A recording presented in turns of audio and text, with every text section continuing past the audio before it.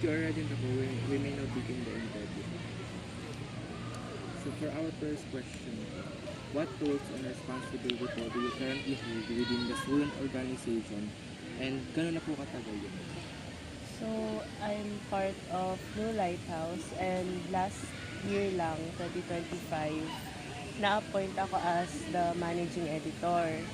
And yung pinaka-role ko there is basically parang kumbaga kanang kamay ako ng EIC. Nakilala niyo si Kuya Adrian, Balisong siya yun.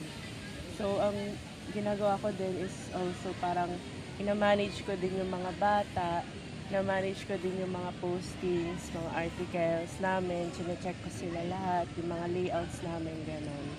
And aside from that, ako din yung nakikipag-usap kapag, kunwari, si council gusto nila ng, or need nila ng partnership to cover such like events, gano'n. Ayun. How do these roles po and responsibility po shape you as an individual? Kasi siguro as a psych student din, natuto ako maging like, paano ba, how do you say it? Parang natuto din ako makitao. Kasi siguro noon as an introvert din, hindi talaga ako pala like, pala tao, ganon, hindi talaga. Pero this type of organization and ngayon na na-appoint ako in a position as a student leader, natuto ako maging responsible into taking actions as a person na may role and also as someone na possible na nilolook up din ng mga juniors. And also, ayun, natuto din ako maging responsible na parang natuto ako maging responsible in terms of talking to people, also talking sa mga admins na syempre sila yung mga nakakatanda sa atin. Ganun. What thoughts and emotion po do you experience po while organizing events for your organization? Minsan, nung una, sobra yung pressure. Kasi parang first time ko mag-handle ng mga proposals, ganyan, magsulat ng proposals, makipag-usap sa accounting, tas mag-handle pa ng pera na binibigay nila. Pero ngayon, the more na nagtatagal, is parang, nasasanay na ako na ganito yung gagawin, ganyan. How do you deal pressure po while doing your roles and responsibility po as a student leader? Diba? Ang ginagawa ko is, minsan, kasi di ba may office kami, ang ginagawa ko is, lumalabas ako ng office and ang ginagawa ko is parang nagre-reconnect with nature, ganon. Papaaraw ako, nagpapahangin ako, ganyan. Tapos siguro mga good 30 minutes, ganon. Tapos after that, balik na uli ako sa work. Ganyan yung ginagawa. How would you describe your overall experience po as a student leader po? Experience ko is, nung una is pressure kasi syempre di ko naman talaga alam kung anong dapat gawin. Pero as time passes by and the more na nasasanay ka, mas parang gumagaan yung loob ko. And knowing na may nagsusupport din sa'yo ayun, parang mas nakukuha ko yung pagiging student leader as not as something na parang pang power tripping or magandang ilagay sa CV or sa mga sa mga curriculum vitae, ganon. It's something to say na I love helping people and I love to work with people din, ganon. Ganon. In one word po, paano po ma-describe yung naging experience niyo po as a student leader po? Wonderful. Wonderful. For next question po, which skills po have you developed as a result po ng involvement niya sa Lighthouse po? Mas natuto ako sa mga journalistic works, ganon. Tapos, mas natuto din ako makitao, ganon. Mas natuto ako kung paano i-handle yung emotions ko. Kasi noon, Hala, nag-overshare. Noon, I'm more of, mabilis ako maggalit, kumbaga. Pero ngayon, nakakasalamuha ko iba't ibang tao, natuto ako mag-understand ng iba't ibang tao, mas naging calm and collected ako. Sa mga skills po na na-mention niyo po, which do you consider po yung most significant po para sa personal or academic growth niyo po? Calm and collected talaga. Do you think po ba that being a student leader po help you to improve your your skills po? Oo. Kasi siguro aside from the title, meron din kasing mga binibigay si Faith or minsan may binibigay yung mga outside orgs sa New Lighthouse ng mga seminars, yung parang mga ganon na good siya for student leaders. Like yung sa Blast, like nangyayari siya before school year. Tapos doon kami natututo ng mga how to be a great student leader, how to be a leader practically, mga ganon, inside and outside the org. And lagi sila may ini-invite na mga speakers na yung magagaling talaga na nagiging student leaders din noon, mga ganon. What kind of benefits po yung nag-gain nyo po from your involvement po sa Lighthouse?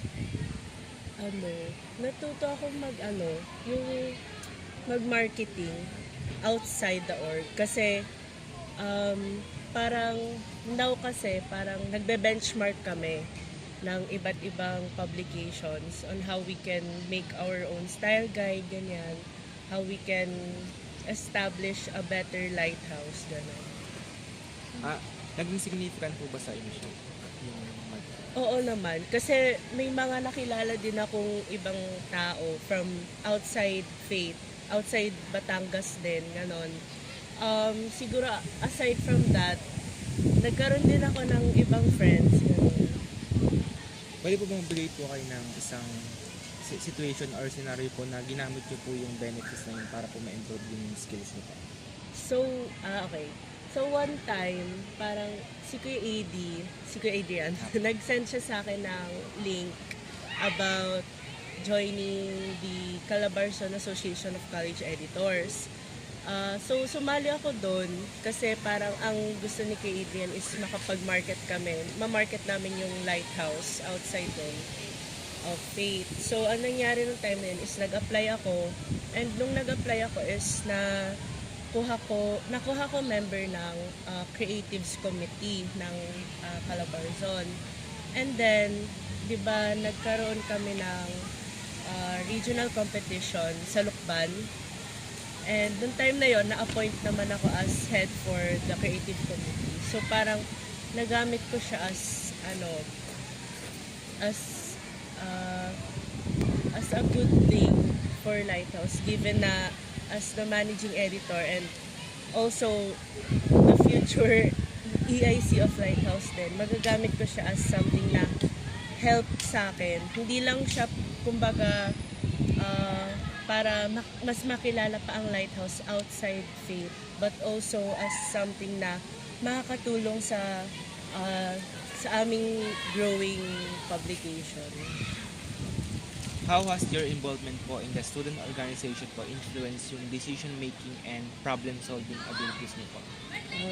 Kasi noon, nung di pa ako parang sanay sa mga ganyang gawain, parang super aligaga ako and laging nagugulo yung utak ko. Pero ngayon, as I've said earlier, mas naging calm and collected ako. And instead of going into survival mode, mas natututo akong take action instead of like thinking na how should I stop this. So now parang mas iniisip ko na how should I make this thing into a better thing, gano'n. Paano niyo po ma-describe yung changes po na nangyari sa sarili niyo po dahil po sa involvement niyo po sa Lighthouse? Siguro yun ngayon, nasabi ko kanina, mas mabilis akong magalit noon. Pero ngayon, as someone na, ako kasi parang may people pleaser, ganon. So like, inaalam ko din na, tsaka inaalam ko din kung ano yung mood ng room. Like, kumbaga, I know how to read a room. So, natuto ako maging calm and collected. Natuto akong mag-handle ng pressure. Natuto ako mag-handle ng emotions. Mga ganon. Ano naman po yung mga challenges po na na-encounter niyo po nung sumali po kayo sa Lighthouse? Siguro yung time na pinagsulat nila ako ng article. Which is my first ever article after ko makapasok. And mind you, na yung article na yun is opinion article siya. Ang nangyari is, nung chinekan siya ng advisor namin, news article daw. So, nung time na yun, parang nagkaroon ako ng isip na, parang I wanted to stop it na lang, ganun. Pero, nung may nag-support sa akin, yung parang editor ng opinion is, sinuportahan niya yung claims ko, and ganun. Parang, sabi ko na lang nun, sige, tutuloy ko na. Then, also, siguro yung isa pang challenge is, hindi naman ilalabas yung name ko here, no? Yeah. Ayun, nagkaroon kami ng parang misunderstandings or like hindi pagkakaunawaan sa mga admin, ganyan, na bakit hindi kami agad ini-issuehan ng budget kahit gagamitin naman siya into good terms. Yung mga ganong challenges yung talaga. Sa mga na-mention niyo po na challenges po, ano po yung nagkaroon po ng greatest impact po sa inyo po? Yung pagkakaroon ng sa misunderstanding sa admin. Kasi may time na naharang yung article namin which was talking about scholarships kasi may members kami na tinanggalan ng scholarship without any reason. So yun. How have your academic workload and time management po responsibilities affected your participation in the student organization po? Kasi, okay, okay naman yung niya, wala naman siyang negative impact actually. Kasi, pag may times na nasa-stress ako sa ACAD works ko, parang nagsisik ako ng home sa org natin. So, ayun, ganyan yung ginagawa ko. Na-handle niyo po parehas yung Oo, nang maayos naman. What challenges and related to adjustment, self-confidence, or social integration did you experience po sa Lighthouse? Natuto akong actually, di ba may times na kapag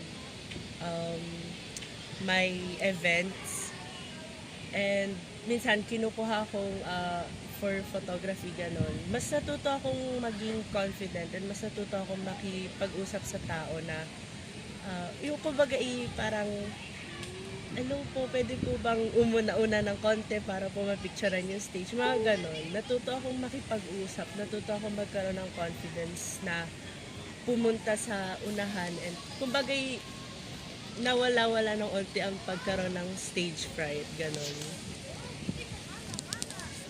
How did you manage or respond po to the challenges you encounter po as a student leader po?